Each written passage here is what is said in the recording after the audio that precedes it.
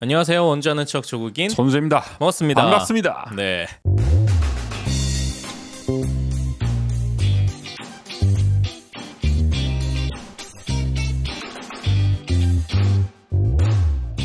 우재 씨, 예, 요즘 새로운 취미가 생기셨다고요? 아주 재밌는 취미입니다. 네. 아무 비용 없이 오, 집에 앉아서 그냥 오, 편안하게 네. 넷플릭스인가요? 아, 넷플릭스 돈이 들지. 언제 어디서든 할 수 있는 네네. 바로 이 정보 공개 청구를 오. 요즘 전방위적으로 좀 해보고 있는데 네네.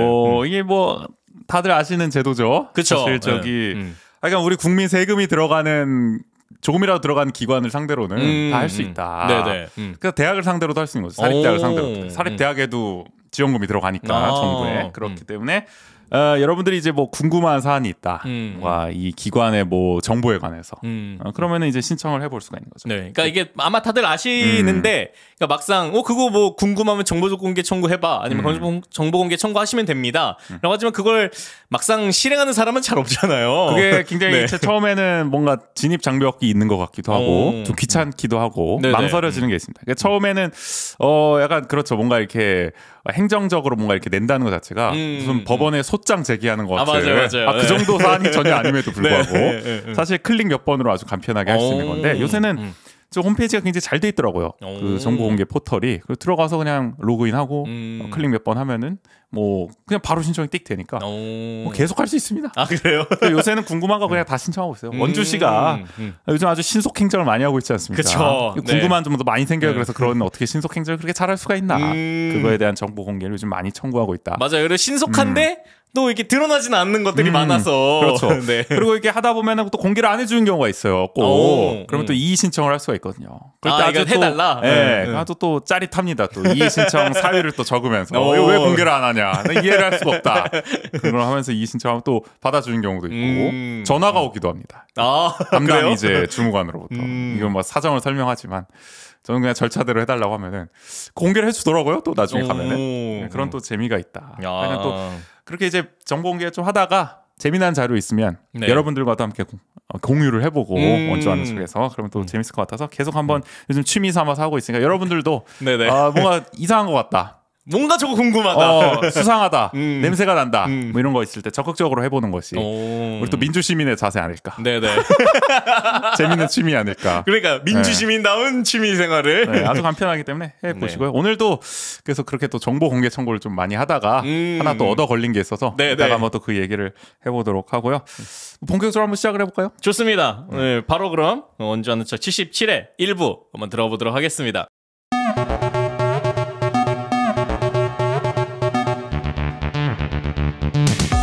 한 주간 원주의 중요한 뉴스를 논평합니다. 원주통신.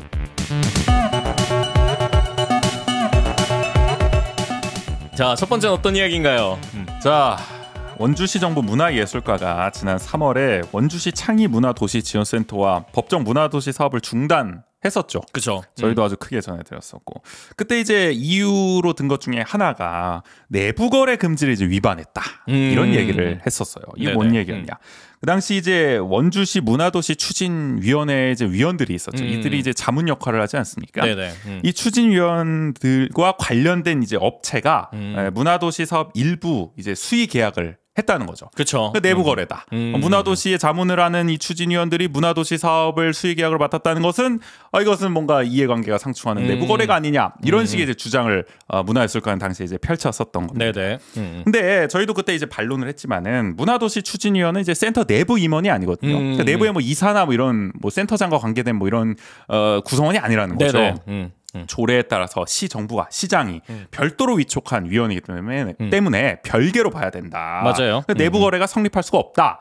이런 의견이 많았고 저희도 그런 주장을 펼쳤고 그래서 억지라고 누누이 저희가 강조를 했는데 이번에 저희가 찾아보니까 법정 문화도시 사업의 주무부처인 우리의 문화체육관광부 판단도 이와 같았다라는 뜻이 들어왔습니다. 이 문화체육관광부가 4월 25일 강원도지사에게 보낸 원주 문화도시 조성사업 사업 계획 변경 승인 요청 회신 이 공문이 있는데 이것을 저희 원주 아는 척이 네네. 정보 공개 청구. 나 아까 얘기했던 취미 생활 중에 네, 최초 입수, 네네. 단독 입수였는데 지금 좀 많이 퍼진 것 같아요. 그러니까 최초로 입수한 거 맞고 이렇게 잘 퍼져 나갔다. 지금은 뭐 많이들 알고 계시더라고요. 네네. 최초 입수한 바로 이 자료에 문체부가 아래와 같이 적시라고 있는데 잠깐 읽어드릴게요. 현재까지 진행된 원주시 보조금 집행 점검 결과 및 4개 기관, 여기는 문체부, 강원도, 원주시, 또 원주 창의문화도시지원센터 이들이 수행한 법률 자문 검토 결과 원주 문화도시 추진위원회 위원과 원주 창의문화도시 센터 간의 수의계약은 원주시 보조금 집행 지침에 따른 내부 거래로 보기 어려움. 원주 문화도시 추진위원회 위원회 원주시 위원회 설치 및 운영에 관한 기본 조례상 수의계약 금지 위반은 위원회 설치 운영 주체인 원주시의 안내 관리 소홀의 1차적 책임이 있음. 이렇게 문체부가 밝히고 있거든요. 그러니까 한마디로 일단은 법률 자문을 해봤는데 문체부가 볼 때도 이것은 내부 거래가 아니다. 라는 어떻게 보면 지극히 당연한 판단을 일단은 공식적인 문서에 적은 거예요. 그렇죠. 그리고 두 번째 이제 그 위원회가 이제 그 우리 저기 원주시 위원회 설치 및 운영에 관한 기본조례 보면은 이제 그거죠. 이제 업무상 관련성이 있는 곳과는 원래 이제 계약을 하면 안 된다. 수의 계약을 하면 안 된다. 뭐 이런 조항이 있었다는 위원이? 건데. 네. 위원이. 근데 그거를 제대로 안내를 안 했다는 거잖아요. 그 당시에 원주시가. 네네. 몰랐으니까 계약을 할 수밖에 없었다. 뭐 이런 점도 있었던 거고 문체부도 그 주장을 받아들인 거죠. 원주시가 이걸 안내를 똑바로 하고 관리를 똑바로 했어야 되는데 그때 아무 말도 안 했다가 이제 와서 너네 조례상에 그거 금지하게 되는데 왜 수의 계약했어? 이런 식으로 하는 거는 말이 안 된다. 그러니까 1차 책임은 원주시한테 있는 거다. 이렇게 이제 지극히 저희가 그때 얘기했던 지극히 당연한 반론을 문체부도 수용을 했다. 네네. 이렇게 볼 수가 있는 거죠. 공식적인 문서로 확인이 됐다. 네. 그러니까 이게 자체가 어떻게 보면은 그러니까 그 거래관도 뭐 내부 거래를 보기 어려우나 그러니까 그렇다 하더라도 뭐 이 수의계약 금지 위반이라는 것은 결국에는 안내를 제대로 먼저 하지 않았기 때문에 그 1차 책임이 원주시에게 있는 거다 일단은. 그렇죠. 네. 원주시한테 책임이 있는 건데 지금 원주시 창의문화도시지원센터랑 막 다 이제 네. 사업 주체 바꾸겠다면서 왜 이 책임 소재를 센터에게 전가하는 느낌이 네네. 드는 거죠. 물론 문체부가 그렇게 표현한 건 아니지만 그렇죠. 이 문체부의 이 지금 적시한 내용을 토대로 생각해 보면은 더더욱 이 원주시 정부 문화예술가 행태가 이해가 안 되는 거죠. 설득력이 떨어지게 되는 거죠. 네네. 하여간 주무부처인 문체부조차 내부 거래로 보기 어렵다라는 판단을 내린 셈인데 그럼에도 우리의 원주시 문화예술관은 내부 거래가 맞다는 입장을 지금 고집하고 있다. 네. 뭐 자주 봤던 모습이죠. 그렇죠. 네. 우리의 남기주 문화예술과장 이분 5월 18일 시의회에서 변호사 자문을 받아도 변호사마다 의견이 다를 수 있다 이런 취지의 발언을 하기도 했었거든요. 이때 5월 18일에는 야당이 이제 손준기 민주당 의원이 이제 전화 통화로 이제 자기가 이제 내부 거래가 아니라는 문체부 어떤 직원의 말을 들었다라면서 질의를 했었었어요. 네네네. 그때 이런 답변을 했던 거고 이번에는 공식적인 문서로 이제 또 확인이 된 거잖아요. 그렇죠. 네. 그래서 이제 5월 18일 이후에 저희 지금 녹음하고 있는 이제 어제 어제가 이제 13일이죠. 그쵸. 13일 시의회에서도 이제 손준기 의원이 질의를 했는데 그때도 비슷한 답변을 합니다. 법률 자문의 결과는 변호사마다 다를 수가 있다. 아무튼 다르다. 아무튼 문체부 자문과 우린 다르다. 그리고 우리는 내부 거래라고 생각하고 있다. 네. 그러니까 같은 사안을 두고도 법률적 판단은 얼마든지 다를 수 있다는 논리를 펼치면서 거의 그야말로 뭐 무적의 방어 기술을 펼치고 있다. 뭐 문화예술과의 이런 태도는 우리가 익숙합니다. 아카데미 극장 철거를 강행하는 과정에서도 이런 태도가 나타나고 있잖아요. 그렇죠. 시민들이 청구한 시정 정책 토론을 문화예술관은 주민등록번호와 등록 기준지를 요구하면서 반려를 했었죠. 그래서 국민권익위원회가 부당하다면서 서류 보완 요청 취소를 권고했습니다. 그럼에도 우리의 문화예술관은 권익위가 잘못 판단했다. 권익위 판단에 오류가 있다면서 권고를 거부했다. 네. 대단합니다. 그러니까 이 정보기관 어떻게 보면은 국민권익위, 문화체육관광부 이 정보기관들과 잇따라 다른 판단을 내놓고 있는 거거든요. 네. 그러니까 뭐 이게 뭐 위계가 어떻게 됐느냐는 뭐 더 판단을 해봐야겠지만 그래도 가장 상급 기관이긴 하잖아요. 그렇죠. 네. 물론 원주시가 옳은 판단할 수도 있어요. 아, 그렇죠, 둘 다 틀릴 수도. 정보기관이라고 다 맞는 거 아니거든요. 그러나 문화예술가가 지금 내놓는 논리를 우리가 보더라도 그 과정에서 과연 얼마나 설득력 있는 지금 논거, 근거를 지금 제시하고 있는지 상당히 의문이다. 그러니까 누가 보더라도 권익위와 문체부 판단이 상식적이에요. 그러니까 더 그러니까 안 그래도 상급 기관이고 권위가 있는 기관인데 더구나 더 논리도 합당하게 하고 있는 상황. 근데 원주시 정부는 그냥 막무가내로 우리의 뭐 법률 자문 결과는 다르다. 뭐 우리의 해석은 다르다. 이런 식으로 자기들이 맞다는 태도만 지금 하고 있다. 근데 아무튼 자기들이 맞다는 이런 호기로운 아주 자신감 넘치는 태도에 비해서 논리는 지금 매우 부실하기 때문에 우리가 원주시 정부 특히 문화예술가를 계속 비판할 수밖에 없는 그런 상황인 거죠. 그리고 이런 것들이 계속 이렇게 공식 문서 아니면 이런 내용들이 계속 나오고 있는데 그러니까 그러다 보니까 문화예술과의 약간 논리도 좀 계속 축소된 느낌이에요. 어떤 그러니까 면에서는 점점 더 궁색해지고 명분이 지금 떨어지고 있다. 이런 상황으로 보입니다. 자, 한편 우리 문화체육관광부는 원주 문화도시 사업 주체를 원주 문화재단으로 바꾸는 내용을 이 골자로 한 시 정부의 이 변경 승인 요청. 그러니까 문화도시 사업을 어쨌든 이제 문화재단으로 바꾸려고 하고 있잖아요. 요거를 지난주 금요일이었죠. 9일에 조건부 승인을 해줬습니다. 어쨌든. 그래서 일단 문화도시 사업은 진행이 뭐 가능해진 셈은 됐어요. 승인을 해줬기 때문에. 근데 이제 사업 주체를 바꿔도 세부 사업은 기존 계획대로 추진해야 한다. 이런 조건부를 단 거죠. 그러니까 무조건 다 승인해 준 건 아니다. 그래서 이 문체부가 이 조건부 승인을 해주면서 이 내린 어떤 문서를 봤을 때 그 행간을 읽어보면은 문체부의 어떤 이 강한 좀 불신이 느껴진다고 해야 될까요? 원주시를 못 믿겠다. 이런 게 말은 안 하지만 저는 느껴집니다. 저만 느껴지는지 모르겠지만. 왜냐면은 그 뒤에 이제 나오는 얘기들을 보면은 그럴 수밖에 없어요. 그러니까 자 일단은 변경되지 않은 기존 모든 사업은 계획대로 충실히 이행하라. 뭐 당연한 말이죠. 그렇죠. 근데 명시까지 했습니다. 이거를 분명하게 또 신규로 변경된 사업은 당초 원주 문화도시 조성 취지, 또 주체, 지속 가능성 등과의 이제 부합성, 영향력을 고려해 추진해라. 그러니까 신규로 하더라도 니네 하고 싶은 대로 막 하는 게 아니라 원래 됐던 지금까지 해왔던 문화도시 원주의 어떤 골자에 안에서 해라. 이렇게 분명히 명시를 한 거죠. 또 이게 중요합니다. 전체 사업 추진 상황을 분기별로 문체부에 보고할 것을 요구했습니다. 그러니까 아주 그냥 까다롭게 가는 거죠. 분기별로 너네 잘하고 있는지 내라, 보고해라. 그러니까요. 원래 그 문화도시 이 사업은 1년마다 그 가이드라인에 따라서 그 성과를 이제 정리해서 이제 보고하게끔 돼 있어요. 그걸 가지고 이제 평가를 하기 때문에 성과 평가를 하기 때문에 그렇죠. 그래서 요걸 안 지키면 이런 어떤 걸 안 지키고 적법한 절차 내용에 의거해 사업을 취재하지 않으면 문화도시 지정 취소까지 검토할 수 있다. 그러니까요. 이게 들어가 있어요, 공문에. 이런 말까지 할 정도면은 엄청난 경고거든요, 이거는. 똑바로 안 하면 너네 다 그냥 취소하고 환수야 굳고 요렇게까지 한 걸 보면은 거의 시 정부한테 말은 안 해도 저는 행간을 읽었습니다. 이건 강력한 경고다. 그러니까요. 문체부에. 그래서 그리고 또 요것도 하나 요구했는데 이게 이제 2020년부터 22년까지 그러니까 그동안 이제 해왔던 어떤 3년 차 되는 거죠. 3년 차야 문화도시 집행 점검 결과를 신속히 보고해라 문체부에.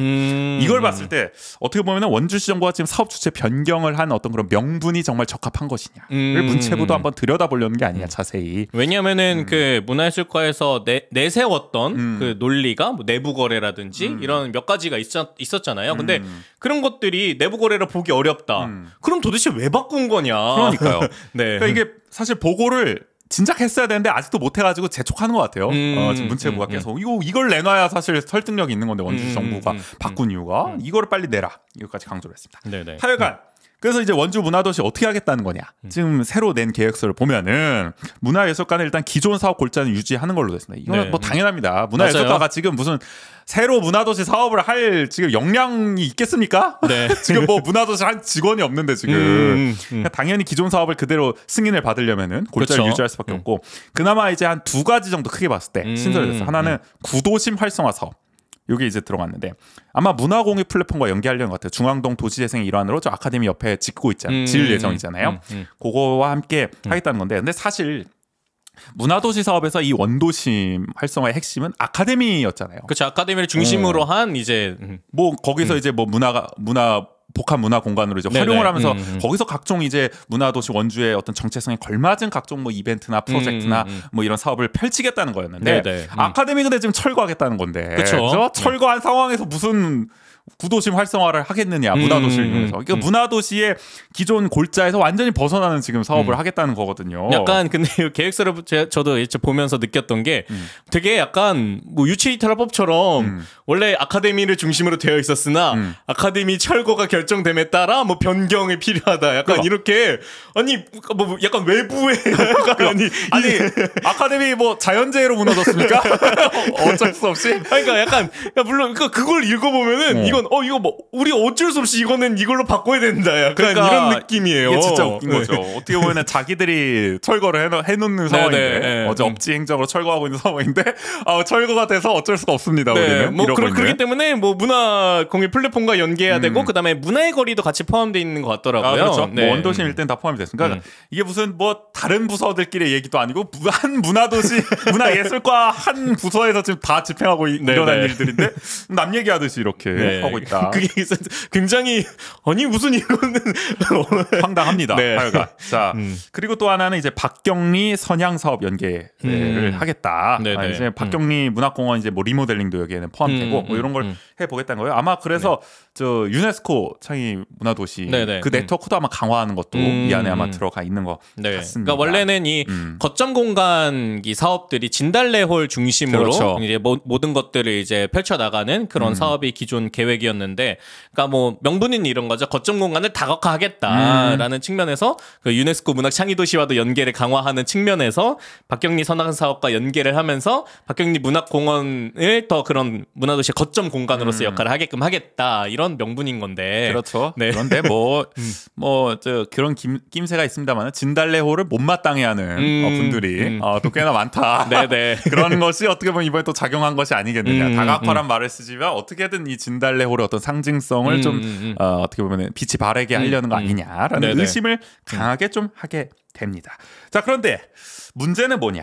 원주시 창의 문화도시 지원센터가 어쨌든 조례에는 나와 있습니다. 네. 있긴 있어야 돼요. 이걸 어떻게 이제 구성을 할 것이냐. 그래서 손준기 의원도 이걸 질의를 했었죠. 그렇죠. 그러니까 만약에 사업 주체를 변경하는 거면 조례도 바꿔야 되지 않겠느냐. 그러니까 재단으로 들어가는 거면은 조례를 바꿔야 되는 거 아니야. 별도 네. 센터를 짓는 걸로 이제 조례는 되는데. 근데 어쨌든 지금 구색은 이렇게 맞췄어요. 원주 문화재단을 일단 넣습니다. 원주 창의 문화도시 지원센터. 그 안에서 이제 독립적으로 운영하게 하겠다는 거예요. 재단 관할엔 있지만 운영은 독립적으로 하게 하겠다. 말은 아주 좋아요. 그러니까 센터는 남아 있는 거다. 그렇죠. 없어진 게 아니라. 네. 뭐 실제로 사실 다른 지역, 다른 문화도시 그 지역에서도 이렇게 하는 경우가 있습니다. 재단 안에 별도의 이제 센터를 둬서 맞아요. 아마 춘천이 이런 식으로 하고 있지 않나요? 네, 춘천 외에도 뭐 다른 지역들이 또 많은 지역들이 처음부터 그렇게 하는 경우도 있고 아니면은 독립센터였다가 재단에 이제 편입하는 이제 경우도 있고. 원주시가 그렇게 돼버렸네요. 네, 그러니까요. 원주시는 사실 출발부터 독립으로 했기 때문에 사실 좋은 사례라고 볼 수도 있었거든요. 네, 어떻게 네. 보면은. 자, 근데 뭐 요건 그렇다 칩시다. 원주 문화재단 말도 많고 탈도 많지만 뭐 그래도 독립적으로 하겠다잖아요. 근데 뭐 원주시 창의문화도시 지원센터도 그런 고민을 좀 하긴 했었어요. 그러니까 이게 왜냐하면 문화도시가 5년 사업이기 때문에 이 이후에 계속해서 문화도시 사업을 우리 지역에서 계속 이끌어 나가기 위해서는 어떻게 할 것이냐라는 고민 속에서, 그렇다면은 재단 속에 같이 이제 편입이 돼서 그 사업을 지속성을 가져가는 것도 하나의 방법이지 않겠느냐라는 얘기는 있었는데, 이렇게 아주 폭력적으로 들어갈 줄은 몰랐죠. 네, 거의 네. 뭐 강제 적대적 인수합병 같은 느낌으로 약간 그런 지금 느낌이죠. 약간 이렇게 가버렸는데 가더라도 이런 방식은 아니었었는데. 지금 더 큰 문제는 센터장, 이 문화도시 지원 센터장을 6급 공무원을 지금 파견하겠다. 원주시 정부에서. 그러니까 완전히 관주 들어와 있다. 네네. 이게 지금 독립이라고 얘기를 했잖아요. 그렇죠. 근데 지금 인적 구성은 독립이 아니란 말이야. 맞아요. 원주 문화재단 대표이사, 시장 측근이잖아요. 인수위 출신에다가. 네네. 그렇죠? 문화재단이라는 게 굉장히 지금 좀 정치적인 조직화됐다라는 비판이 나오는 것도 바로 그런 데서 기인을 네네. 하는 건데. 그리고 조직이 개편되면서 파견 공무원을 더 늘리기도 했었잖아요. 사무처장은 또 6급 파견 공무원이 지금 맡고 있잖아요. 네네. 그러니까 재단의 어떤 관의 통제가 굉장히 심해진 상황인데 그 관의 통제가 대단히 심해진 지금 문화재단 안으로 이 센터를 편입하면서 그 센터장도 6급 공무원을 파견하겠다는 것이 네네. 어떻게 이게 독립이냐. 어떻게 보면은 사무처장 부서장과 그다음에 센터장 모두 6급 공무원을 파견하겠다는 건 그 주도권을 관이 가져가겠다라는 걸 명시하고 있는 게 아닌가. 네. 그렇죠. 그리고 이제 뭐 그 아래 직원들은 이제 기간제 근로자로 전문 인력을 채용하겠다. 그러면서 경영기획팀에 2명, 도시문화팀에 3명 해서 이제 5명의 직원들이 있는 건데. 네. 이쪽 자원도 줄인 거예요. 그러면 이 인력의 수도. 네. 한 10명 있지 않았나요? 그렇죠. 네. 그 인력도 사실 굉장히 바빴거든요. 워낙 이 원주 문화도시 사업이 방대했기 때문에 그걸 내실 있게 하려면은 사실 인력이 더 늘었으면 더 늘었지 줄이면은 이거는 할 수가 없거든요. 네. 그리고 그 인원도 지역에 있는 다양한 거버넌스와 함께 하면서도 그 인원의 어떤 에너지라든지 이런 것들이 한계에 봉착하는 경우도 많았었는데. 그렇죠. 자, 근데 5명이에요. 저희 예전에 한번 저 예산안 얘기하면서 원주문화재단 신규 고용하겠다고 이제 5명 예산을 뭐 확보했다라는 얘기를 하면서 킹리적 가심을 한번 한 적이 있는데 그쵸. 혹시 이것은 문화도시를 이끌게 하기 위한 또 신규 채용이겠냐. 근데 요거 공교롭게 또 5명이에요. 네. 자, 일단 뭐 보겠습니다. 지켜보겠습니다. 하여간 이게 독립적이겠냐? 전혀 그런 생각 안 든다는. 네. 그리고 겁니다. 이게 문제가 5명인데, 그러니까 문체부의 요구도 기존 사업은 그대로 하라 그랬었잖아요. 그러면은 사업의 규모는 그대로일 가능성도 높다라는 거예요. 과연 그러면 이 5명이 그만큼 다 할 수 있겠느냐가 오히려 시작도 전에 걱정이 되는 거죠. 그렇죠. 네. 이미 그리고 창의문화도시지원센터에서 역량과 경험을 다년간 쌓아왔던 전문 인력들이 있는 상황인데 이들을 계속 인적 계승을 이어가는 게 아니라 연속성을 가져가는 게 아니라 신규 채용을 했을 때는 이 사람들이 다시 업무를 파악하고 이 문화도시의 어떤 정체성을 이해하고 이런 과정으로 또 뭐 1년, 2년 허비할 겁니까? 지금 4년 차인데? 그리고 이제 그러니까 4년 차도 반이 지나서 엄밀히 얘기하면 1년 반밖에 안 남았어요. 지금 이 문화도시 사업이. 그렇죠. 이제는 어떻게 보면 문화도시 사업으로 봤을 때는 결과물을 내야 되는 시점인데 이제 와서 다시 처음부터 백지상태로 시작하는 느낌이 든다는 것은 그러니까요. 이 문화도시가 사실 지금 3년 차 과정에서 원주시가 최우수도 최우수 도시로? 도시로 선정되기도 하고 뭐 우수 도시로도 수차례 선정이 되고 이래 왔던 어떤 이 업적이라든지 이런 것들이 지금 싸그리 무너지게 생겼다, 깡그리 무너지게 생겼다라는 말을 안 할 수가 없습니다. 하여간 답답합니다. 자, 어쨌든 13일 원주시의회 행정사무감사에서 손준기 민주당 의원이 이런 질의를 했습니다. 만약 문화도시 지정 취소가 되면 원주시는 어떤 책임을 져야 하냐. 걱정이 되니까 이런 얘기 하는 거예요. 진짜 취소되는 거 아니냐 이러다. 그렇죠. 제대로 못하면 이렇게 되니까. 우리 남기주 문화예술과장. 법정 문화도시 지정 취소와 같은 사태가 발생되지 않도록 최선을 다하겠다. 그런 사태가 발생될 경우 책임질 것이라고 해명했는데 어떻게 책임질지는 모르겠습니다. 그러니까 문화도시 전반에 걸친 문제점에 대한 감사를 진행 중이라고 했는데 이 감사는 뭐 몇 달 전부터 언론에서 계속 한다고 나오는데 도대체 언제 결과가 나오는 겁니까? 그러니까요. 결과가 안 나왔는데 무슨 뭐 저 하드가 뭐 포맷돼서 다 없어졌다느니 온갖 언론 플레이는 다 하고 있습니다. 그러니까요. 뭐 결과가 나오면 그걸 가지고 팩트로 얘기하란 말이에요. 자꾸 언론 플레이 하면서 근거도 없이 막 이렇게 얘기를 한다는 것 자체가 저는 모르겠습니다. 하여간 뭐 이런 언플 그만하시고 감사 결과 나오면 그때 공개하면서 제대로 뭐 지적을 하시고 뭐 관계 공무원들 뭐 저 마땅히 뭐 처벌 받아야 되면은 그런 거 하시고 이렇게 하면 되는 거잖아요. 그렇죠. 그래서 손준기 의원도 그런 걸 얘기했잖아요. 아니 문제가 있으면 빨리 감사를 하거나 뭐 고발이 필요하면 고발을 하거나 그러셔야지 왜 뭔가 한다 그러고 왜 진행이 안 되냐. 아무것도 안 하고 있는 거죠. 이렇게 되면은 그러니까 감사를 하고 있다고 하니까 빨리 결론이 나오면 얘기를 하세요. 그러니까 제발. 그러니까 문제가 있는데도 이거를 그냥 넘어가면 직무유기잖아요. 그렇죠. 그렇게 하지 않길 바라시고요. 제대로 좀 파악해 주셨으면 좋겠습니다. 하여간 아무튼 이 문화도시 역량과 경험의 어떤 인적 연속성도 끊긴 상황, 또 사회적 갈등도 대폭 키운 상황. 그렇죠. 과연 이 문화도시 원주 제대로 굴러가겠느냐? 저는 그렇게 보기 어렵다고 생각을 합니다. 네, 뭐 부디 잘 되기를 바랍니다. 애써 그런 말을 또 덧붙여 주시군요. 뭐 하여간 지켜봅시다. 네. 다음 이야기도 문화예술과 관련된 이야기네요.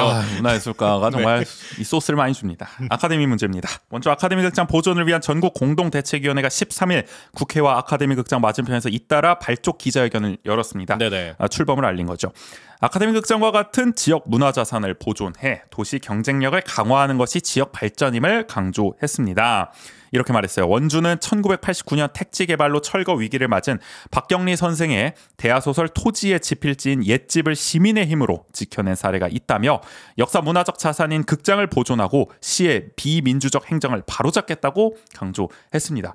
이런 일이 있었나 봐요. 저는 사실 뭐 이렇게 생가 보존이나 뭐 이런 지필 장소 보존 과정이 좀 이게 뭐 어려움이 있었다고 들었지만은 요것도 어쨌든 시민의 힘으로 좀 막아낸 대표적인 사례다라고 볼 수 있는 거. 아마 이쪽이 같네요. 그 단관 택지 개발을 하면서 아마 여기도 잃어버리자 뭐 이런 얘기했나 봐요. 포함이 됐었나 봐요. 야만의 시대 아닙니까? 또 그때도. 그리고 이 당시에는 뭐 제가 정확하게 아는 건 아니지만 지금 토지문화원 그 저기 매지리 쪽에 있는 그쪽에 이제 박경림 선생님이 이제 거주하셔가지고 여기가 진짜 말 그대로 옛집이어가지고 여기를 뭐 보존을 해야 되냐 이런 얘기가 있었던 게 아닐까 약간 추측은 되는데 근데 어쨌든 근데 거기를 이제 그 보존해서 지금 박경림 문학공원으로 그리고 많은 분들이 찾아주시고 있기 때문에 그렇죠. 네. 그리고 저 뭐 토지문화권에 저기 레지던시로 작가들도 와가지고 걸출한 문인들을 또 많이 배출하고 있지 않습니까? 여러모로 이것을 보존해서 재생하니까 전국에서 찾아오는 어떤 그런 랜드마크가 되고 있지 않습니까? 그러니까 그런 거 아카데미 극장도 충분히 해낼 수 있다라는 주장인 거죠. 그래서 앞으로 국회 문화체육관광위원회를 포함한 모든 개인 단체 기관과 연대의 보존 운동을 확산시키고 위법한 과정으로 추진된 철거안을 무효로 하고자 법률 대응을 또 추진하겠다고 밝혔습니다. 대책위에는 전국 110여 개 단체가 참여했습니다. 원주 지역에는 54개 단체, 그러니까 절반 정도는 원주 단체인 거죠. 아카데미의 친구들 범시민연대, 또 류호정 정의당 국회의원, 황평우 한국문화유산정책연구소장, 이두찬 문화연대 간사, 민주화를 위한 변호사 모임 문예위원회 소속 김소리, 류하경 변호사 등이 이날 기자회견에 참석하기도 했습니다. 하여간 이 보존 운동이 원주를 넘어서 이제 전국으로 좀 퍼지는 모양새다. 저희 아버지도 가끔 그런 전화를 하세요. 뉴스에 나왔더라. 아카데미 극장이 원주 얘기가 나왔더라 하면 또 아카데미 얘기를 보셨다고 하더라고요. 그래가지고 이게 확실히 제가 즐겨 듣는 뭐 이런 팟캐스트 방송에서도 나오기도 하고. 그러니까요. 이제는 정말 원주만의 문제가 아니다. 약간 지역 소식을 다룬다 하면은 아카데미 소식을 한 번씩은 또 나오더라고요, 요즘에는. 이게 이렇게까지 될 일이었나. 원주시 정부도 대단하다. 이 일을 이렇게까지 전국적으로 키워내는 것도 능력입니다. 자, 이 의의가 뭐냐? 이 대체위가 출범된 의의. 바로 앞으로는 이제 말로 안 한다. 법원에서 봅시다. 전방위적 법적 대응을 지금 예고했다는 겁니다. 일단은요, 위법적인 철거안 이걸 무효로 만들고자 원주시의회 아카데미 극장 철거안 결의 무효 확인 소송을 다음 주에 제기하기로 했습니다. 또 국가인권위원회, 국민권익위원회, 또 감사원의 시민 참정권을 박탈한 원주시장과 또 관계 공무원을 징계하라는 진정을 또 낼 예정이고요.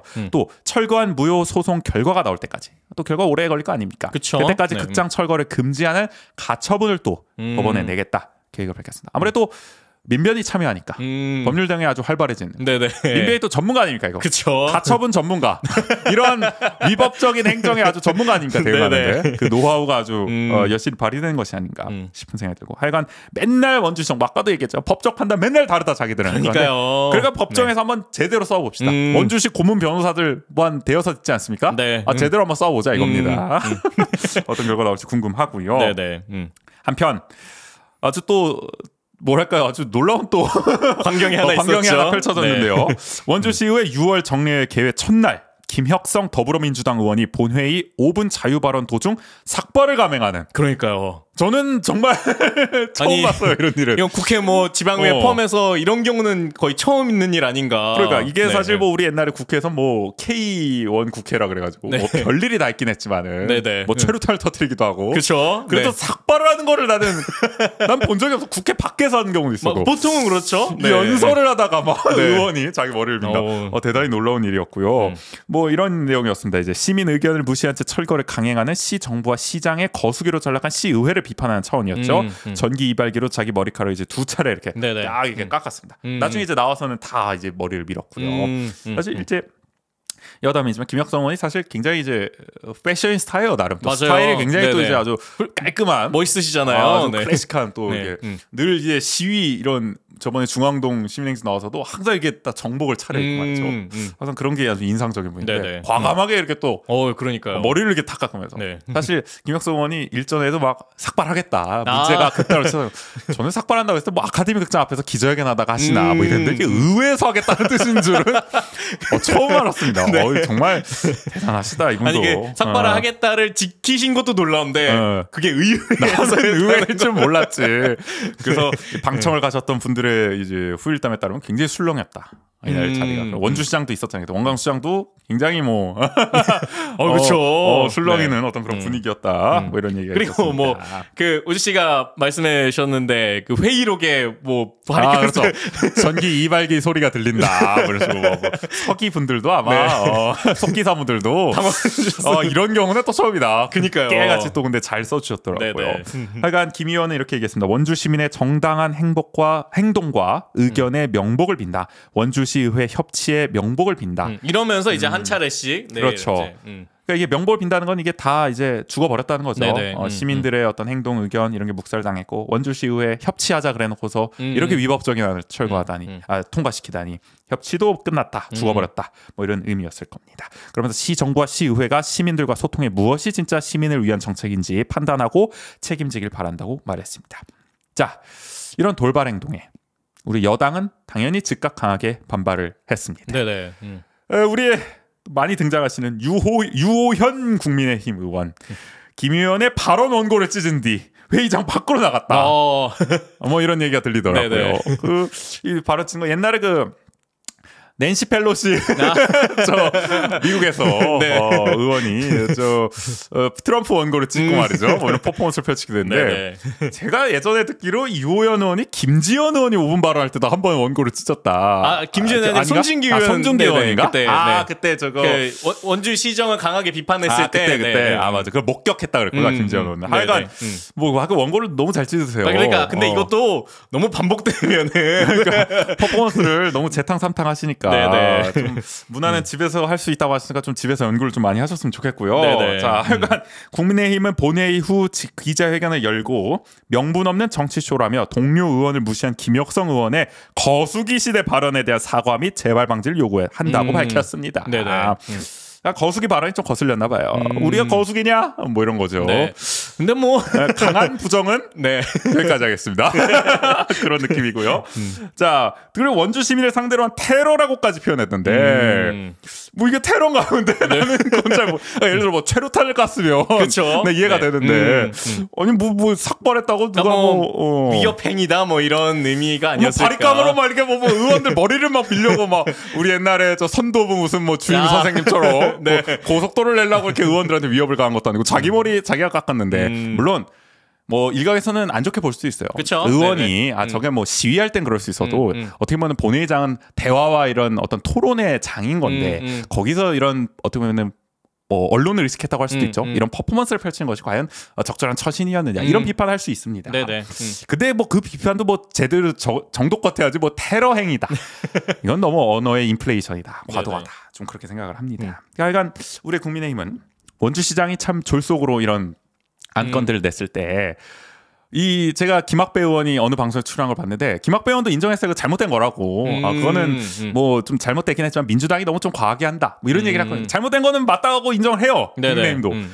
근데 그러면 원주시장한테도 좀 한마디 해야 될 거 아닙니까? 그쵸? 우리가 같은 당이긴 하지만 이렇게 하면 어떡하냐 이런 말을 했는데 찍소리도 안 하잖아요. 아니 그리고 그런 것들이 왜 다 밖에서 나오거나 아니면 뭐 비공개로 나오거나 이러냐는 거예요. 내가 왜 뒤에서 수군대고 언론에서만 얘기하고 본회의장에서 논의되는 과정 속에서 뭐 우리도 이게 뭐 그렇게까지 그 정당한 방법이 아니었다는 건 인정한다. 아니면은 뭐 이번 회기에서 이렇게 진행되는 건 좀 문제가 있다고 생각한다. 그러나 어쨌든 이 사안이 심각한 만큼 그런 점을 고려해달라라고 이제 거기에서 설득을 하거나 이래야지. 그러니까.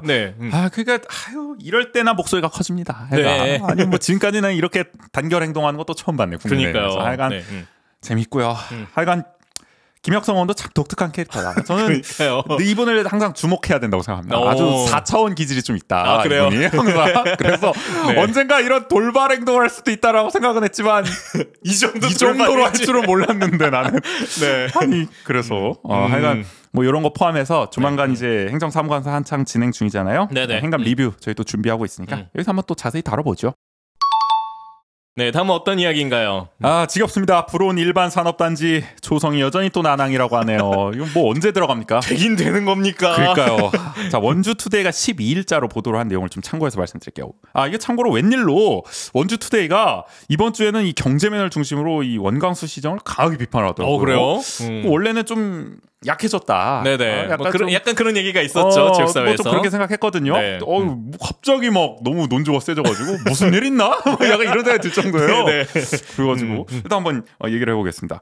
원광수 시장이 사실 이 불온 일반 산다는 사활을 걸겠다. 배수의 진을 치겠다. 이렇게까지 얘기를 하면서 상반기 착공을 약속했습니다. 상반기가 얼마 안 남았습니다. 네. 근데 쉽지 않아 보여요 아직도. 자, 민자 업체 간 이견 조율이 안 되기 때문인데요. 자, 일단 불온 일반 산다는 불온면 노림리 일대에 60만 9제곱미터를 산업단지로 만드는 사업입니다. 네네. 이게 한 10년 넘었잖아요. 맞아요. 10몇 년입니까 벌써? 네, 거의 진짜 15년? 뭐 거의 그 정도 됐을 거야. 뭐 이제는 구상부터 하면 언제부터 얘기가 나왔는지도 뭐 이제 다들 까먹지 않았을까. 그 기업이 지금 한창 돌아가고 있어야 되는데 아직 들어가지도 못했다는 걸 황당한데. 그러니까 이게 돼야 기업 유치를 통한 경제 활성화는 물론 그 옆에 있는 불온 국가 산단까지도 순조롭게 추진이 가능한데 지금 둘 다 안 되고 있는 상황이죠. 자, 여기 일반 산단을 개발한 특수 목적 법인 SPC라고 부르죠. 원주 불온 일반 산업단지 주식회사가 추진 중입니다. 그런데 이 SPC 내 주주 회사들이 산단의 수익을 놓고 아주 답이 없는 줄다리기를 하고 있다. 어떻게 나눠 가질 거냐 뭐 이런 얘기 하겠죠. 그리고 이 일반 산단은 사실 이게 수익이 나야지 SPC가 뭐 떨어지는 거잖아요. 그러니까 수익이 안 나면 그냥 다 책임 떠오는 거니까 이게 들어가는 거에 대해서 굉장히 또 조심스러운 경우도 있어요. 또 이걸 대출 받아서 들어가고 이랬을 때 나중에 후폭풍이 또 거세니까 쉽게 못 들어가는 거죠. 그러니까 이 이윤 분배를 가지고도 막 싸우고 막 난리를 치고 있는 겁니다. 그러니까 이게 안 되고 있다. 그러니까 이럴 때 사실 시 정부가 뭔가 조율을 해야 되는데 역할을 해야죠. 못 하고 있다는 거 아닙니까? 지금 이 10몇 년째 안 되는 거 보면은 뭐 전임 시정도 그렇고 지금 시정도 그렇고 다 안 되고 있다. 특히 이렇게 산단 개발이 늦어질 때마다 우리 시 정부는 항상 그 얘기를 했어요. 공영 개발 해버리겠다 이랬다. 너네 아직도 이렇게 싸워? 됐어. 우리가 해. 우리가 할 거야. 우리 원주시가 한다. 공영 개발 엄포를 항상 놓았거든요. 그런데 실상 뻥카에 가깝다 지금. 꺼내지 않는데 이게 되겠냐? 이제 그 블러핑도 정도껏 쳐야지. 맨날 말로만 하면 이제 SPC들도 또 저 얘기하네. 못할 거 뻔히 아는데. 이제 얘기해줘. 이제 제발 그냥 해. 차라리 해봐. 우리도 지겹다. 원주시도 좀 강하게 나오네. 이러면서 조율이 안 되는 상황이 약간 되고 있는 거 아니냐. 그러니까 이게 한 초기 단계 이렇게 해야 여기 들어가는 민자업자도 진짜 이거 공영개발 하는 거 아니야? 이러면서 빨리 조율하고 빨리 들어갑시다 이렇게 되지. 그러니까요. 이 10몇 년 오면은 사실상 이제는 거의 의리예요. 그러니까 이게 좀 제대로 된 네고시에이터가 좀 없는 거 아닙니까? 협상가가 좀 있어야 좀 됐을 텐데. 하여간 원주시 지분이 지금 20%래요. ESPC에. 그러다 보니 이 민자사업에서 지분이 이제 약하다 보니까 비중이 떨어지다 보니까 어렵다. 이렇게 호소를 하는 입장입니다. 시 정부는. 근데 이렇게 중요한 사업을 애당초 왜 그렇게 설계했냐 그러면 왜 민자 중심으로 설계를 했냐. 공영으로 차라리 수백억이 들더라도 했으면은 그러니까 그때 했으면은 낫지 않겠냐. 차라리 뭐 지가 상승이나 이런 것들이 다 전반적으로 고렸을 때 차라리 그때 공영 개발하는 게 나았을 수도 있어요. 그 지금 뭐 자재값도 다 상승해가지고 뭐 도로 깔고 뭐 건물 짓고 이러려면은 얼마나 폭등했습니까? 그러니까요. 네. 그러니까 요 지분 20%만큼에 들어가는 비용이 그때는 공영 개발할 수 있는 비용일 수도 있어요. 그러니까 이게 정확하게 계산된 건 아니지만 뭐 차라리 이게 공영 개발했으면은 뭐 수익이라든지 이런 것도 환수가 더 용이했을 것이고. 그러니까 이게 사실 참 어떻게 보면 좀 저렴하게 하려다 가성비로 하려다가 그 순간에 어떤 판단들 되로 받고 있다 지금. 뭐 이런 느낌이고요. 빨리 공영 개발로 전환하든가 했어야 되는 아쉬움이 계속 듭니다. 이런저런 말만 많고 실제 책임지는 사람은 없는 답답한 상황이다. 하여간 이달 안에는 어떻게든 결론이 나야죠. 상반기 안에 착공을 약속했으니까요. 근데 그게 쉽지는 않아 보여요. 그래서 경제 제일주의 원광수 시장이 내세우고 있고 약속도 한 상황인데 책임도 지셔야 되지 않나. 그런 생각이 듭니다. 다음은 어떤 이야기인가요? 이번 주부터 여러분은 특별자치 도민이죠? 그쵸. 네. 실감이 나시나요? 뿌듯합니다. 일단은 벌써 내비 주소 바뀐 걸로 많이들 이제 실감을 한다. 맞아요. 내비 이렇게 떠요. 적응이 안 된다. 뭐 이런 분들 너무 길어져가지고. 이제 한 줄에 표시돼야 되는 것들이 검색하기 오히려 불편한 게 아닌가 싶기도 하고. 그러니까 뭐 그러거나 말거나. 뭐 좀 이런 얘기도 있어요. 이제 강원특별자치 교육청 이름도 이렇게 바뀌었죠. 2학기부터 강원도 모든 중학교에서 중간 기말고사를 의무화한다고 합니다. 즉 지필고사 2회 의무화 방침을 지금 정한 건데요. 저는 사실 몰랐어요. 그러니까요. 중간 기말 안 봐? 중학생들? 요즘 중학생들? 저는 이 소식 지금 그러니까 뭐 의무화한다 그래서 이게 뭘 의무화한다라는 거야? 시험을 안 봤다는 게 사실 굉장히 놀라웠고 사실 우리 때는 반에 심지어 등수를 걸어놓게 했어요. 우리 때도 그랬어. 나 때도. 네, 저 때도 이게 결과를 이렇게 뒤에 붙여놨어요. 맞아. 이게 과목 평균 해가지고 막 뭐 평균 90 몇 점, 뭐 1등 막 해가지고 막 줄 세워놨단 말이에요. 그게 당연했던 시절이죠. 맞아요. 그래가지고 그거 하니까 재밌는 일화가 하나 떠올랐는데, 네, 그러니까 중학교 때 이래요. 그러니까 그 매번 과목마다 저희는 이렇게 하나씩 나왔어요. 이게 처리되는 그거에 따라서. 그래서 뭐 수학이었나 이게 뭐가 먼저 나왔어요. 그래서 이렇게 막 성적이 봤는데 어떤 친구 성적이 빵점이 나온 거예요. 뭐야? 아니 뭔가 이상하다. 야 너 제대로 너 왜 빵점 나왔어? 이러니까 뭐 자기도 잘 모르겠대요. 뭔가 이상한가? 너 뭐 밀려 쓰거나 잘못 쓴 거 아니야? 그러니까 뭐 그랬나? 막 이랬는데 뭐 그런 거 없다 했어요. 그러니까 처음에 그거 나왔을 때는 근데 뭐 국어가 나오고 뭐 다른 과목들이 나오는데 다 빵점인 거예요. 그건 뭐 진짜 뭐 마킹을 잘못한 거 아니야? 그러니까 그래서 뭔가 이상하다. 이건 뭔가 있었는데 선생님도 이상하셨는지 부르더라고요. 그래서 가서 이제 확인을 했어요. 그러니까 확인을 해서 보니까 그러니까 마킹을 했어요. 근데 알고 보니까 이 친구가 그러니까 컴퓨터 사인펜을 사야 되잖아요. 그 OMR 카드 쓰려면은. 그렇죠. 근데 수성 사인펜을 썼던 거예요. 아니 왜 그랬을까? 아니 그래서 학교 문구점에서 샀다 그랬는데. 잘못 샀네. 아니 어떻게 그런 일이 벌어지지 근데? 그러니까요. 아니 그래가지고 선생님이 보시는 그 앞에서 그래가지고 컴퓨터 사인펜으로 그대로 똑같이 다시 해가지고 이제 다시 그 친구 성적만 해가지고. 그래도 그렇게 정정이 그러다 보니까 정정돼서 다시 하나씩 붙어요. 그러니까 이 친구 성적이 그래서 저희 별명으로 평빵이라고 불렀거든요. 그래요? 평균 빵점 이렇게 해가지고. 근데 전국 최초인데? 평균이 점점 올라가요. 이게 하나씩 이제 수정될 때마다. 그러겠네. 두근두근 하겠네. 그러니까요. 그래서 석차가 실시간으로 바뀌고 막 이런 것들도 있어서 그러니까 이 얘기 들으니까 그게 생각나더라고요. 그때는 이렇게 과목마다 맞아, 이렇게 하나씩. 맞아. 저도 사실 다른 과목은 제가 점수가 괜찮은데 수학을 제가 진짜 못해서 수학이 정말 터무니없었어요 점수가. 그래요? 말이 안 돼요. 그러니까 완전 이거는 거의 통계 오류 수준. 왜 우리 통계에서 툭 튀면은 오류라고 하죠. 그 정도 수준에 말이 안 돼. 그래서 애들이 야 너 수학 뭐 어떻게 된 거야? 그래서 마킹을 잘못했어. 얼버무리기도 했던 그런데 이게 내 실력이지만 너무 터무니없기 때문에 한번 그런 점수가 나온 적이 있었거든요. 난 내 실력인 걸 알고 있었죠. 하여간 그런 일도 있었다. 하여간 그런 시험의 추억이 있었는데 요새 시험을 안 보다. 그러니까요. 야만의 시절을 지나서 그래도 교육이 좀 나아지고는 있다. 이런 생각이 드네요. 근데 다시 그런데 하여간 다시 돌아가고 있다. 우리 시절로 우리 때로 돌아가고 있다. 그러니까요. KBS 강원이 12일자 보도한 내용을 종합해서 말씀을 드리면요. 현재 도내 중학교 성적 평가는 시험이 아닌 대부분 과제와 관찰 등 수행 평가 중심이라고 합니다. 어떻게 보면 좀 더 질적 평가를 할 수 있는 그런 느낌인 것 같기도 해요. 그런데 도교육청은 자유학기를 제외한 일반 학기에 이제 국어, 영어, 수학, 사회, 과학 등을 이제 지필 평가를 보도록 시행 지침을 바꾼다고 합니다. 160개 중학교에 2학기부터 적용하는데.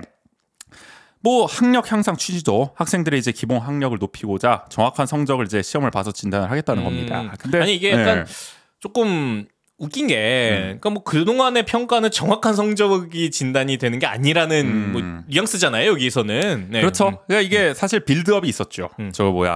대입 결과 공개했었잖아요. 강원도 그 보니까 이거 명문고에 잘 못 간다. 학력이 떨어졌다. 그 빌드업 쌓아서 이 논리적 근거를 마련해 온 거죠. 그러니까 하여간 참 이게 뭐 이 얘기를 해볼게요. 시험 많이 보면 성적 오르냐, 학력 오르냐, 학력이 오르냐. 그럼 근본적으로 또 이런 학력 향상이라는 건 도대체 무엇이냐? 우리의 어떤 교육의 관점에서 봤을 때. 이것이 좋은 대학 가고 어떤 입시, 정말 입시 중심의 어떤 사고방식에서 중요할 수 있겠지만 정말 그게 교육의 목적이 돼야 되느냐. 우리 예전에도 뭐 얘기해봤잖아요. 맞아요. 네네. 그러니까 지필고사를 잘 보는 게 학력 그 향상이냐. 오지선다 잘 푸는 게 과연 우리가 제대로 된 인간으로 사는 어떤 그런 교육의 관점에서 봤을 때 얼마나 중요한 거냐 과연. 물론 중요합니다. 지금 현실에서는. 많은 사람들이 욕망하고 있는 좋은 대학 가고 좋은 직장 가고 이런 삶을 하는 데는 필요하겠죠. 근데 우리 사회가 앞으로 미래를 봤을 때 그런 사회, 어떤 보면 소수의 승자만이 독식하는 사회를 우리는 지양하자고 하고 있는 거잖아요. 그리고 그 소수의 승자라는 것도 그 지필고사를 통한 승자인 거잖아요. 그렇죠. 그러니까 어떤 이런 시험에 의한 어떤 그런 승자 독식을 이제 막자는 얘기를 계속 하고 있는 능력주의 담론도 나오고 막 그러고 있는 상황인데 도교육청이 나서가지고 과거로 회귀하고 어떻게 보면 이런 어떤 학부모들의 욕망을 자극하면서 거기에 영합하는 정책으로 회귀한다고. 예전에도 우리 야자 부활 다뤘을 때 얘기했잖아요. 그쵸? 학부모들은 당연히 원하겠죠. 맞아요. 네. 그래서 도교육청이 그때 무책임하게 학부모들이 원하니까 우리는 합니다. 왜냐면은 이렇게 하면 되냐고. 정말 솔직히 얘기해서 부모님들은 뭔가 내 눈에 안 보이거나 아니면 내 자녀가 독서실을 갔다, 도서관을 갔다 이러면은 만족해 해요. 그러니까요. 근데 정말 솔직히 얘기해 보자고요. 뭐 독서실 가고 도서관 가고 물론 저도 다녔습니다만 거기에 앉아서 모든 시간을 다 공부에 하냐 이거죠. 독서실 가서 제 인생에 가장 오락기낌을 많이 했던 게 독서실 갔을 때예요. 그러니까 그런 추억들 다 있잖아요. 네. 일탈의 경험도 있고. 이게 추억이 되지만, 그러니까 정말 그게 무엇을 위한 이런 행동들이냐는 거죠. 그렇죠. 네. 뭐 우리가 진부한 표현이지만 네. 이런 표현 안 좋아하는 분들 있을 거예요. 학습 기계를 만드는 어떤 과정에 있다. 우리 공교육과 사교육의 시장이 그런 네. 비판이 나오는 현실에서 그쵸. 그러니까 그런 일탈이 추억이 될 정도로 그 기억이 사실 굉장히 또 좋은 기억만은 아니잖아요. 그런 어떤 독서실에 갇혀 지내고 그럴 네. 수밖에 없었던 시절 자체가. 그래서 이제 좀 변화하자고 했던 건데 우리 교육의 골자가 그래도 느리지만 조금씩 다시 이렇게 또 과거로 시계반을 돌려버리면 어떡하자는 거냐. 네네. 우려 목소리가 당연히 나올 수밖에 없습니다. 전국 교직원 노동조합 강원 지부는 오히려 학력이 떨어진다고 지적하기까지 했어요. 수업이 시험 진도 위주로 변질돼서 학생들이 수업에 흥미를 잃게 된다는 거죠. 그러니까 지금은 뭐 다양한 이제 과제라든지 뭐 체험이라든지 관찰 이런 게 있기 때문에 좀 더 다양한 경험을 좀 해볼 수가 있는 거잖아요.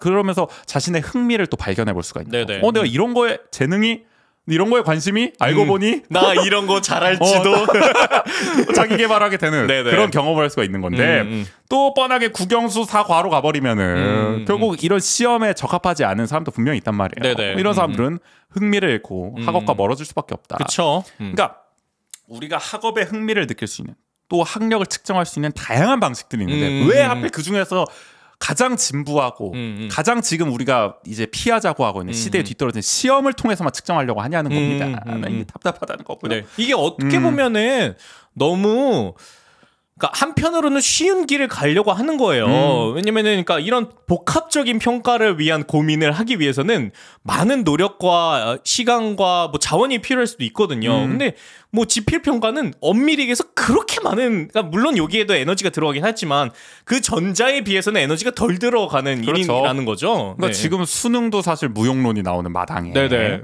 어떻게 보면 아주 수능과 밀접한 연관이 있는 이런 지필 평가를 부활해서 그야말로 그러니까요. 아주 입시에 또 몰두하게 만드는 이 아주 편리한 어떤 해결책을 내놨다는 것이 상당하고 또 교사 평가권 침해 소지도 있다고 하죠. 이렇게 되면 그냥 시험 잘 내는 교사밖에 안 되는 거예요. 그쵸? 시험에 네. 나올 문제 잘 가르치고 시험 문제 그냥 잘 내서 뭐 이게 하고 이런 것만 이제 교사의 역할이 되는 거죠. 지금은 사실 교사들이 뭐 이런 질적 평가를 또 담당하면서 더 케어해 줄 수 있는 부분들이 여지가 더 있는 건데 네네. 교사의 어떤 역량과 경험을 굉장히 운신의 폭을 또 좁히는 그런 결과를 또 낳게 된다. 네. 하여간 그럼에도 도교육청은 이달안의 지침 변경을 강행하겠다는 의지를 밝히고 있습니다.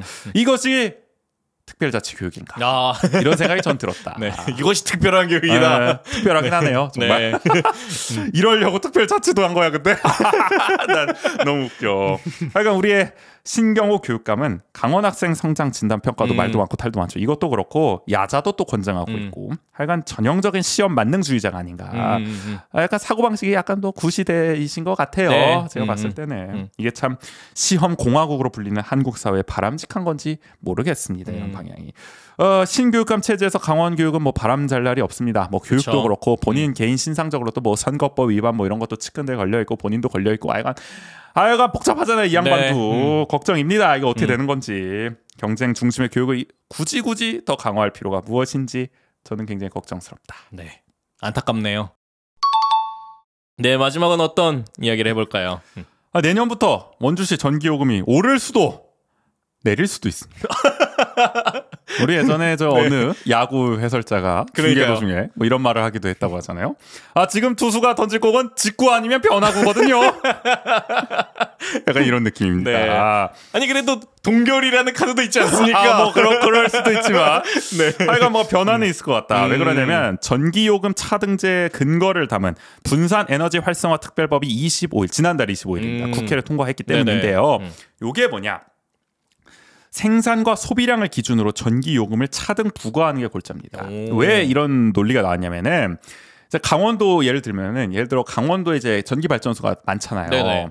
그러니까 어떻게 보면은 이 발전소 때문에 이제 피해를 보는 사람들 많단 말이에요. 환경적인 문제도 네. 있을 것이고 거기 인근에 뭘 못 짓는 뭐 문제도 있을 것이고 또 고압 송전탑 때문에 발생한 여러 가지 건강적인 피해도 있을 것이고 이런 것 때문에 이제 희생을 당하고 어떻게 보면 사실 이 발전소를 크게 지은 거는 강원도가 이 전기 쓰려고 이렇게 크게 지은 거 아니란 말이에요. 그쵸. 강원도가 쓰려고 고압 송전탑 이렇게 크게 짓는 거 아니란 말이에요. 다 수도권 서울 녀석들 전기 쓰게 해주려고 이렇게 하는 거 아닙니까? 네, 그러니까 보니까 강원도가 그 전력 자립도라고 표현을 하더라고요. 그러니까 생산량 대비 뭐 소비량이 몇 %냐, 뭐 그러니까 우리 돈에서 생산된 게 몇 %인데 소비는 얼마나 되고 있느냐 이런 걸 해봤을 때 전력 자립도가 180%라고 하더라고요. 그러니까 아주 초과하고도 남는다. 네, 그러니까 우리는 100%를 쓰는데 80%는 우리 게 아닌 거, 그렇죠. 뭐. 우리가 아닌 곳을 위해 하고 있다라는 거죠. 대부분 서울로 네. 보낸 거죠. 그러니까 이런 논리가 나오고, 야 이럴 거면 서울 너네들이 쓸 건 서울에다 짓든가 발전소를 네네. 우리한테 다 떠넘겨놓고서 그러다 보니.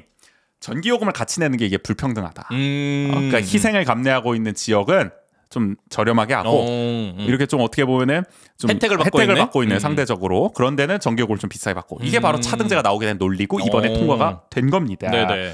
그래서 한마디로 이제 발전소 인근 지역은 지금보다 저렴한 전기요금을 낼 가능성이 커졌다. 서울은 대체로 또 오를 가능성이 커졌고 원주투데이 12일자 보도를 보면은 올해 1월 강원도의 전기 발전량은 383만 4,394 뭐야 이거 메가와트죠? 네, 아마 그렇겠죠. 메가와트. 자 그리고 판매량 아마 쓴 양 소비량일 겁니다. 174만 6,407 메가와트로 생산량이 소비량보다 한 2배 정도 많다. 그래 올해 1월 기준으로 보면 한 200%가 넘겠네요. 네, 그렇게 거의 뭐 되면은. 180%에서 이제 뭐 200% 그 정도 되는 것 같아요. 반면에 우리의 서울 발전량은 55만 4,443 메가와트인데 판매량 소비량은 465만 4,917 메가와트로 몇 배야 이게? 85, 40, 68에 48, 뭐 한 5.5배 정도 네네. 되는 것 같아요. 7.5배인가요? 거의 8 85, 48, 네. 9, 아무튼 네, 한 8, 9배 정도 되는 거죠. 8, 9배. 네. 그러네. 95, 45. 네. 그럼 9배 정도 되네. 네. 제가 수학을 못했습니다. 여기서 드러나는 순간적인 건요. 계산 아까 말씀드린 거 네. 입증이 됐네. 갑자기 머리가 복잡해. 야, 진짜 어디서 다 이렇게 끌어오고 그러니까 있는 서울은 걸까요? 그러니까 자체 발전량이 굉장히 적고 당연히 인구가 많으니까 소비는 굉장히 많이 하는 그쵸, 극단적인 그쵸. 곳이죠. 강원도와는 완전히 정반대다. 그러니까 강원도가 서울보다 전기요금을 덜 내는 게 마땅하다라는 얘기가 나오는 거죠. 네. 자, 그럼 우리 원주도 강원도, 강원특별자치도에 있으니까 전기요금을 싸게 낼 수 있는 것이다. 그런 어떤 희망 회로를 굴려볼 수 있습니다. 일단. 네네. 자, 그런데 문제는 강원도의 전기 발전소 대부분은 영동에 밀집돼 있습니다. 맞아요. 사실. 뭐 화력 네. 발전소 삼척에 있고 막 이러잖아요. 네네. 원주는 소비량 많죠. 인구가 제일 많으니까 강원도에서 뭐 100만 인구 꼼꼼되잖아요. 지금도 인구 많은데. 근데 발전량 없습니다. 전기 발전소 없습니다. 그래서 수도권처럼 되레 전기요금이 오를 가능성이 높습니다. 소비량은 많은데 생산량은 없으니까. 강원도지만 원주는 그러면 강원도에서 유일하게 오르는 거 아닙니까 이러다가 뭐 그럴 수도 있고요. 그래서 요금제를 기초 단위가 아니라 광역 단위로 적용해야 된다는 주장이 그래서 나오게 되는 겁니다. 이렇게 되면 이거 원주의 주장 아닙니까? 약간 영서 지역들은 이렇게 주장하는 네네. 거죠. 춘천도 아마 뭐 비슷한 입장인 것 같거든요. 그래서 영서 지역은 논리가 있습니다. 일단은 고압 송전로가 지나간다. 도시를 위해서. 어쨌든 우리 통해서 가야 되지 않겠냐? 그러니까. 뭐 그러면 영동에서 어디 뭐 공중에 띄워서 갈 거니까. 그러니까 영동에서 발전한 거 다 우리 선로 타고 가는 거 아니냐? 영서 지역까지 연결돼. 우리도 이거 피해 본다. 희생하고 있다. 이걸 감안해 줘야 돼. 그러니까 우리가 영동만큼 뭐 덜 내겠다는 건 아니고 그 송전로 희생 받으니까 서울보다는 그래도 깎아줘야 되는 거 아니냐? 아니 무슨 뭐 누진세도 아니고 뭐 그런 느낌이에요. 등급제처럼 차등을 좀 촘촘하게 해달라. 이게 아마 시행령이 지금 명확히 안 나와서 정확히 어떻게 할지는 아마 안 나온 것 같아요. 네네네. 그래서 시행령 할 때 이런 걸 좀 계산해달라. 그러니까 뭐 약간 두 가지네요. 광역 단위로 하거나 아니면 기초 단위로 하면은 더 단계를 더 촘촘히 해달라. 약간 그렇죠. 그런 게 아닐까. 그런 요구를 했는데 하여간 다 오르지 않습니까? 내 월급 빼고 다 오르는 맞아요. 세상인데 네. 여기서 전기요금까지 내년에 오른다면은 어떻게 되는 건지. 네, 원주가 그래도 공공요금이 조금 높은 편이에요. 가스도 비싸죠. 네, 가스도 비싸고 그다음에 뭐 수도요금은 거의 전국 최상위권으로 알고 있거든요. 왜냐면 뭐 그 수도 제가 전에도 말씀드렸던 것 같은데 수도 자립화율인가 그게 100%를 뭐 왔다 갔다 하는 걸로 알고 있어요. 근데 그 정도로 사실 공공요금이 조금 높은 편인데 여기서 전기요금까지 더 오르면은 모르겠습니다. 하여간 내년 원주시 전기요금 오를 수도 내릴 수도 있습니다.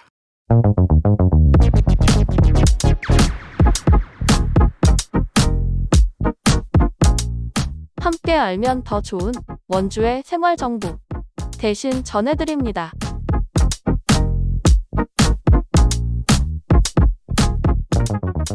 예, 오늘은 어떤 소식을 대신 전해드릴 예정입니까? 오늘은 원주시 기업 지원 일자리과 대신 원주몰 여름맞이 기획전 이벤트를 진행하도록 하겠습니다. 오랜만에 또 원주몰 이 소식이 네요. 사실 저번에는 강원도몰이었어요. 엄밀히 말하면. 맞네요. 근데 이제 강원도몰과 이제 사실 그 통합돼 있죠. 원주몰. 이제 강원도의 18개 시군 몰은 통합 로그인할 수가 있기 때문에 사실상 이제 같이 왔다 갔다 하면 쓸 수 있습니다. 이 원주몰은 또 원주의 어떤 지역에서 생산된 어떤 이런 여러 가지 상품, 뭐 농산물도 있고 이런 걸 좀 저렴하게 살 수 있는 또 어떻게 보면 직거래에 가까우니까 그쵸? 농민도 좋고 어떻게 보면 소비자도 좋고 그런 아주 윈윈의 몰이다. 온라인으로 간편하게 쇼핑 가능한 바로 이곳에서 기획전을 합니다. 여름이거든요. 여름이 와버렸습니다. 여기에 이제 이번 기획전에 기업 140여 곳이 참여를 한다고 합니다. 700여 개 품목에 사용 가능한 할인 쿠폰을 이제 발행한다는 건데 이 700여 개 품목이 사실상 전 상품이래요. 모든 상품. 5,000원입니다. 5,000원 할인 쿠폰. 이걸 제공하는데 두 가지 종류가 있어요. 하나는 신규 가입하면 자동 발급을 해주는. 네, 그게 하나 있고 또 하나는 카카오톡 채널에 원주몰을 친구 추가하면 주는 또 이렇게 두 가지가 있습니다. 그래서 둘 다 받으면 만 원인 거죠. 5,000원, 5,000원씩. 네.